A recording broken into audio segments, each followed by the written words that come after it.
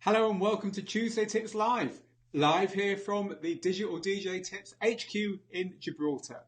Now, the subject for today's Tuesday Tips Live is that gigs are probably the answer, whatever your question is, certainly as a beginner DJ. And the reason I'm talking to you about this today is one of the brilliant things about my job is I get to talk to a lot of DJs. And I was talking to an awesome up-and-coming DJ earlier, who's one of our students, and she is a Brazilian lady. She's lived in Brazil, where she's from. She's also lived in the United States. She's currently living in Italy. She's taught herself English. She's now teaching herself Italian. She loves music. She loves DJing. She's got a promising future in front of her.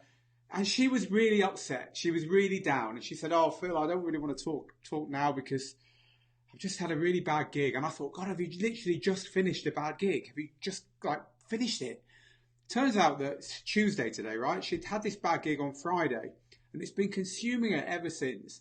And it's been really upsetting her and she can't work out why. And she explained it to me and she's like, "Well, look, I've played various parties where I'm in the States and now I've got a gig." It was quite a big gig here in Milan in Italy, and I'm sure she doesn't mind me sharing this story, by the way. And I was asked to come and do something a bit different because the DJ who played this place every weekend was just doing the same thing, and they were bored of it. So the promoter said, "Please come and do something different." So I did, but people didn't like it, and they weren't used to what I was doing. And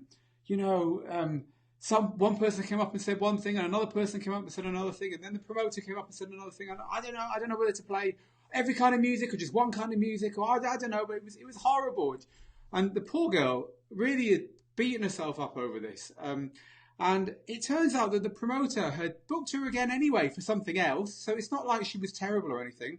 But here's the thing. Here in Gibraltar, we're surrounded by the sea, and there's lots of container ships everywhere. Okay, the really big ships that carry dozens and dozens and dozens of big containers from China to Japan to the States and so on. So imagine your DJing career is one of these big ships, yeah, and it's empty. Now, an empty ship doesn't weigh very much, right? So it's going to get pushed around by the waves, by the wind. It's going to get pushed around by everything. Now, imagine the people criticizing your DJ set or coming up to you when you're DJing are the things that are pushing your DJing, the good ship DJing around, right? Now, every gig is like a big heavy container on that ship, every single gig. So the more experience you get and the more gigs you load into your DJing ship as your career chugs along, the less you're going to get pushed around by people saying things to you as you're DJing. "Oh, this crowd don't want this. Play something that'll make them dance. You don't know what you're doing. And why are you playing so fast at this time of night? The old DJ used to do something different." Look, I've played about 50. I was working it out on the line with her. I've played about 1,500 gigs, I reckon. Maybe more, maybe less. I've had some really shockingly bad gigs. I've had some gigs that I messed up. I've had some gigs that just something else messed them up. I've also had some brilliant gigs. But every single one of those gigs, including the vast majority in the middle that were really good, they were all right, but there's nothing to remember for a lifetime. They've all taught me something. They're all containers on my ship. Now, if I'm booked to play in a new place, I don't need to do that much research and I don't need to do that much preparation to go in there and do an all right job of it, because my DJing ship it knows where it's going. It's full of experience containers, if you like. And so I asked her, "How many gigs have you played?" Now, bearing in mind, this is someone who's very ambitious. She knows what she wants. She knows who her heroes are. She knows how she's going to get to where she wants. "How many gigs have you played and how long have you been DJing?" She's like, 18 months I've been DJing. Must have played about 10 gigs. There is the answer. If you've only played 10 gigs in a year and a half and you're serious about becoming a DJ, you're going to get buffeted around by everyone who says anything to you, just like this empty ship with no containers on it weighing it down, right? You need to load your DJ ship up, and the way you do that is by playing gig.